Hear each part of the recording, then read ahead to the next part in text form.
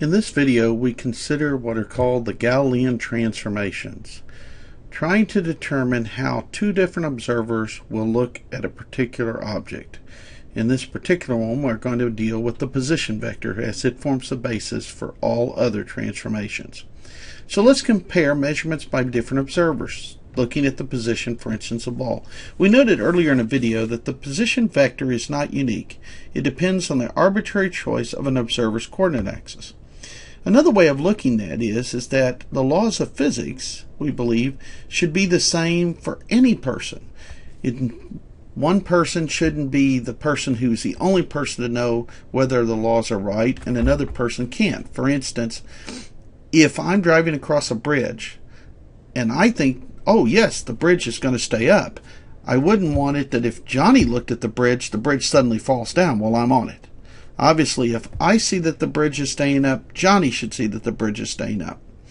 This is a very important concept historically, because if you look at the time before Newton and before physics really took hold in the 1600s, there was the idea of divine right, that a king, because of his birth or whatever, uniquely had the right to make decisions, to determine laws and such. After physics and the fact that we could describe the universe, and anyone could do it, if they just had the training and worked through the stuff, then that gave the idea the same thing could be true about government. And it was one of these things that spread the revolution of democracy in the Enlightenment age. So physics has a profound impact on the history of people. Let's look at a position of this vector of a ball as seen by Joe and Sue. Here Sue is with her coordinate system. She is the primed observer. And here is Joe, and he has a different set of coordinates right here with his axis. And first thing maybe is let us draw the position vector to the ball for both Joe and Sue. So starting for Joe, we start at Joe's origin and draw an arrow to the ball. So that's a position vector that Joe would see. And if we're talking about Sue, it would start right here, and her vector would go right there. And I'm going to draw one more vector, and that is, well, what would Joe see about the location of Sue? Well, Sue's position vector would be this vector according to Joe. And let me annotate this. So this arrow right here, this is the position of Sue as seen by Joe. Because it's another observer, I'm going to draw it with a capital R to indicate that's another observer. I'm not going to put a prime because I'm indicating that Joe's doing this measurement. So this is as if treating Sue like it was a ball. She's an object that Joe is measuring. I could also rotate the vector around the other way and draw it from Sue to Joe, and then it would be R prime. It would be the position of Joe as seen by Sue. I also want to draw my documentation. There's little r prime, that's the ball. That's why the little r, the position of the ball as seen by Sue, that's the prime. And this is the position vector of the ball as seen by Joe, and it doesn't have a prime. So there's my three vectors. We can see that, I might put little arrows up here and put my arrow on my other vector, and we see that this pink arrow that was Sue's measurement of the ball and the red arrow that was Joe's measurement of the ball do not agree. All right. We also could be asked to write these. So we've done these two parts. We could ask to write the baseball's position as seen by Joe in Cartesian coordinates. So if I'm looking according to Joe, he says that the ball is at 8 meters in the X and 6 meters in the Y. So we'll put that down.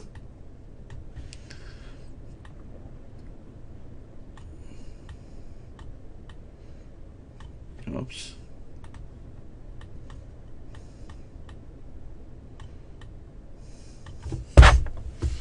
Eight meters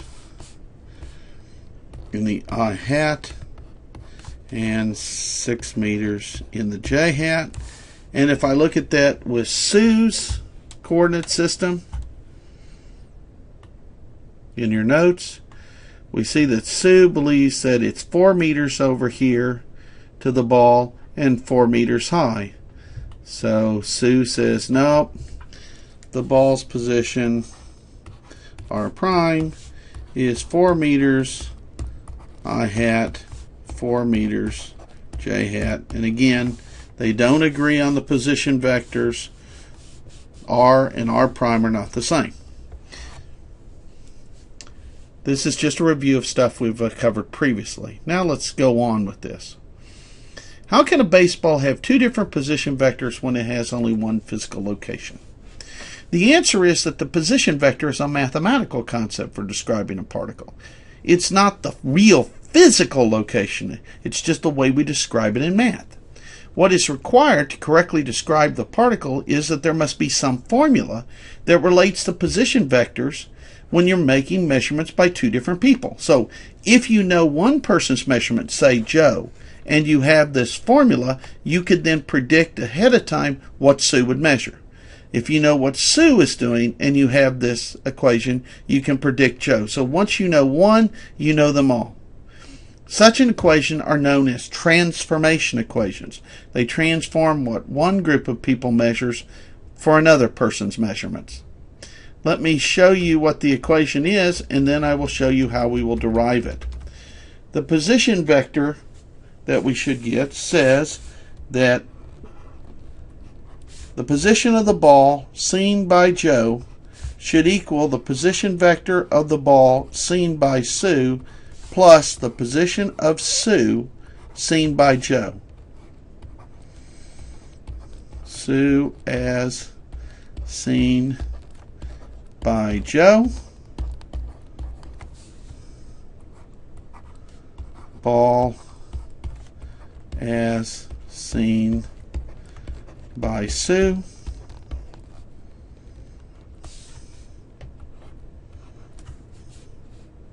ball as seen by Joe.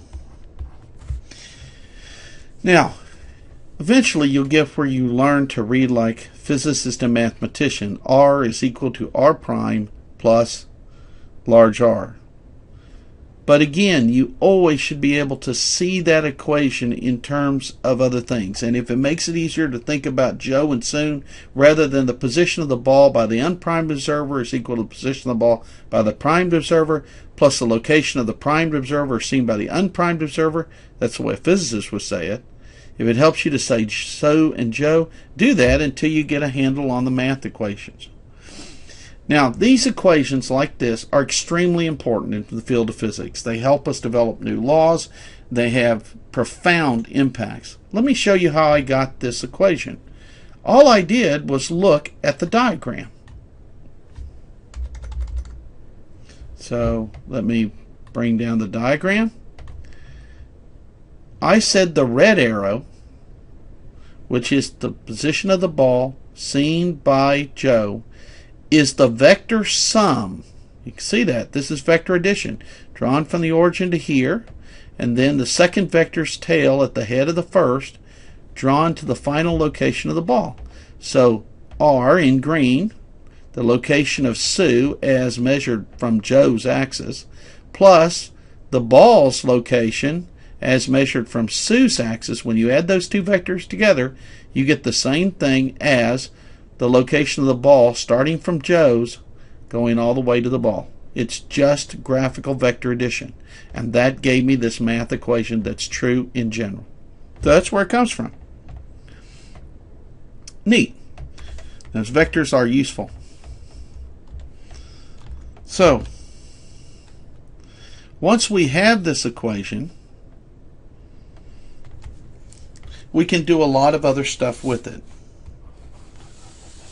I'll talk more about how equations like this led to computers and atom bombs and all sorts of amazing stuff.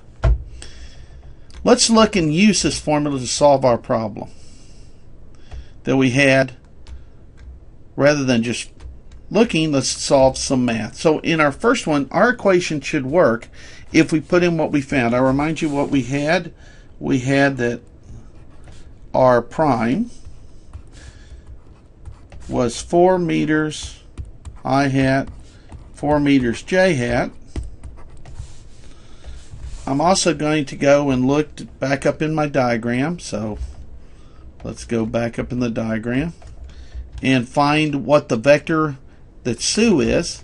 So Sue's vector right here says that Sue is located from Joe 4 meters I hat and 2 meters in the j hat. So I'm going to want to put that down.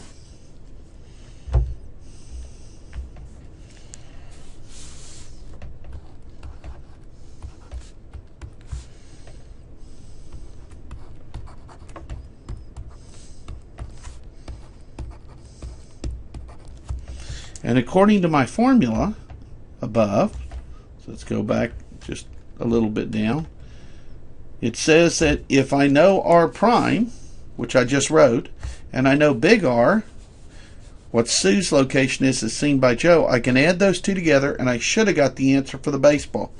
So let's do that and see if it actually works.